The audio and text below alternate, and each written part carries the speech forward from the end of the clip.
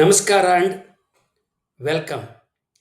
My today's subject is Tamil literature, mythification for antiquity. In Tamil history, legends have been woven to push back the dates of Tamil literary works such as Sangam poetry, Tolkappiyam, Tirukkural, and also Vaishnava and Shaiva literature. In no other languages in the world except Tamil, we find the legends of ancient literature lost and found through the divine intervention or by the efforts of the king. All these legends are woven during ninth and 10th century of the Common Era.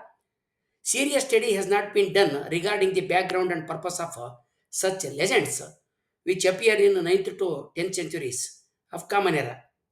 Let us look into them one by one. Commentary has been written by Nakira on previous work Irayana Ragapparul around 9th century Common Era. In this, first time Sangam legend appears. As per this legend, first Tamil Sangam was established in South Madurai, which lasts for 4,440 years, patronized by 89 kings, which had 449 poets. This first Tamil Sangam works were deluged by the sea. After this, second Sangam was established in Kapadapuram, which lasted over 3,700 years under patronage of 59 kings. Sage Agastya and Tolkappiyam, the writers of first Tamil grammatical works, belong to this second Sangam era. Second Sangam was also deluged by the sea, during which only Tolkappiyam survived. Third Sangam was established by Pandyan kings in northern Madurai, which lasted for 1850 years, with 449 poets, patronized by 49 kings. As per this legend, Sangam literature started at least 9,950 years ago from the date of Nakira, which is nearly 11,000 years ago from today's count. During Third Sangam, severe famine struck Tamilagam, during which Pandyan king sent out all his court poets. After famine, poets returned to the court. None of them returned poets. None of the returned poets had any clue about the meaning of the ancient poetry, and they were unable to provide meaningful explanations for them. King was very much disappointed and prayed Lord Shiva to show a way out. Lord Shiva wrote 60 poems on copper plate and placed it under the platform of the temple. Since nobody looks into such remote places, Shiva appeared to the king in dream and directed him to seek for them.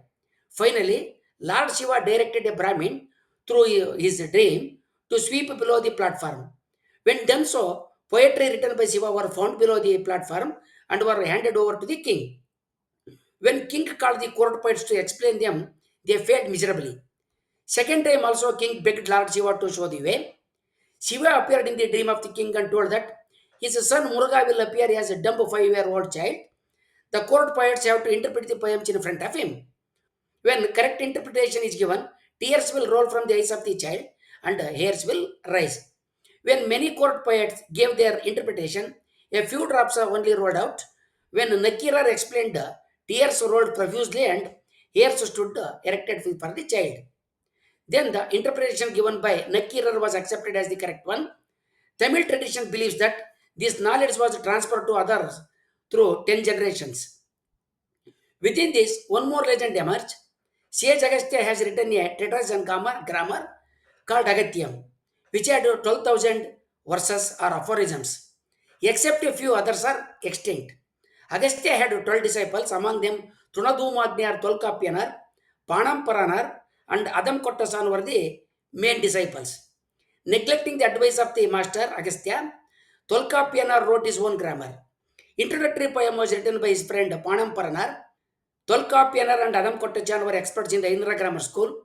A committee headed by Adam Kottasan was formed to evaluate the Tolkappiyam.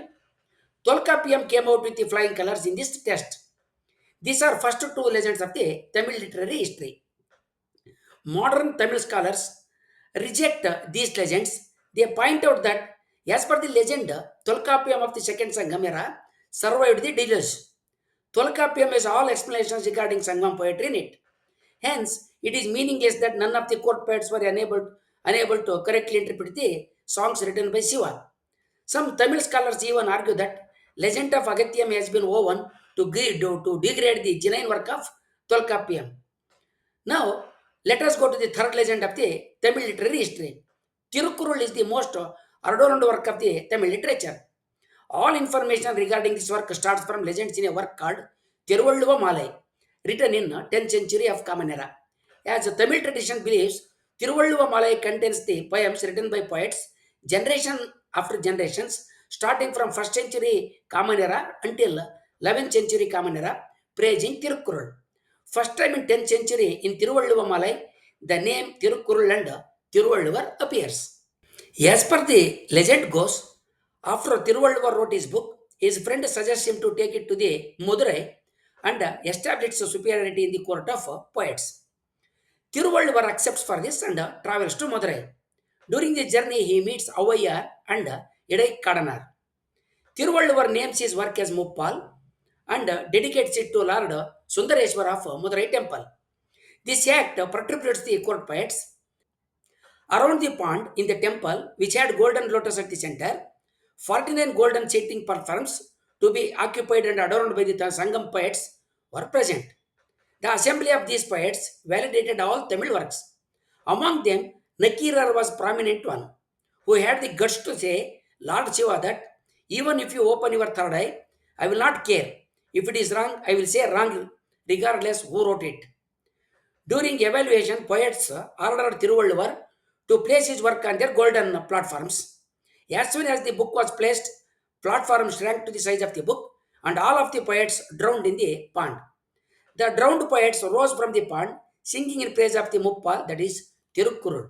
The names of the poets in the Tiruvalluva Malai are as follows: Asriri, Namagal, Saraswati Vandana, Irayana, that is Shiva, Shiva Vandana, Ukira Peruludi, the patroness Pandya King, Kapilar, Paranar, Nakirar, Mamulanar, Kalladanar, Chittalai Chatanar, Murudanavar, Damodanar, Nagan Devanar, Arshil Kilar, Panmudiyar, Kodamanar, Nachudadanar, Mugayaluru, Chiru Kanumtumbiyar, Achariyar, Nallantuvanar, Kiran Dayar, Chiru Medaviyar, Nalguru Velviyar, Todittalai, Viludandinar, Velli Vidiyar, மோங்குடி Marudhanar எரிச்சலூர் மாலாதனார் பொக்கியார் மோச்சிக்கீரனார் Karikkannanar Madurai தமிழுநாகனார் பாரதம் பாடிய பெரும் தேவனார் உருத்திர செங்கண்ணன் பெருச்சித்திரனார் நெறிவெறு தலையார் மதுரை தமிழாசிரியர் சேந்தன் கீழார் மதுரை அருவாய் வணிகன் இளவெட்டனார் கவிசாகர Perundevanar Madurai பெருமருதனார் Kovur கீழார் Uraiyur Muthukoothanar இலிகத பெருங்கண்ணனார்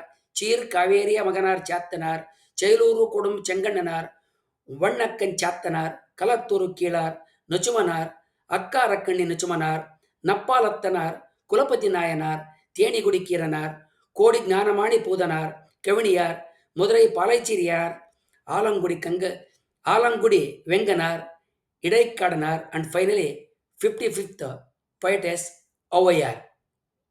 If we observe the legend and incident, they do not match each other. It contradicts the story that Tiruvalluvamalai contains the poems written over 1,000 years through many generations. It also infers that all who named poets were contemporary. Many poets who appear in Sangam literature appears here also. But in Sangam literature, they does not say anything about the Tirukkural. Now, let us go to the other legend of Vaishnava sect. Nalayira Divya Prabandham is a collection of 4,000 devotional songs of Vaishnava devotional Alvars. A work named Guru Parampara Prabhavam by Pinpalaya Perumal Jiyar provides an interesting legendary background to these Prabandhams. As per this, Prabandhas were discovered twice. When Lord Vishnu appeared in front of Nammalvar, he sang in ecstasy, praising Lord, representing four Vedas in four songs, among which fourth one is Tiruvai. This is the collection of 1,000 songs written by Nammalvar.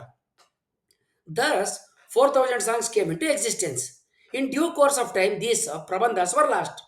Once Nathamuni heard one of these songs from the Nalayira Divya Prabandham and overjoyed and wanted to learn them. For this, he went to Tirukkuruguru, the birthplace of Nammalvar.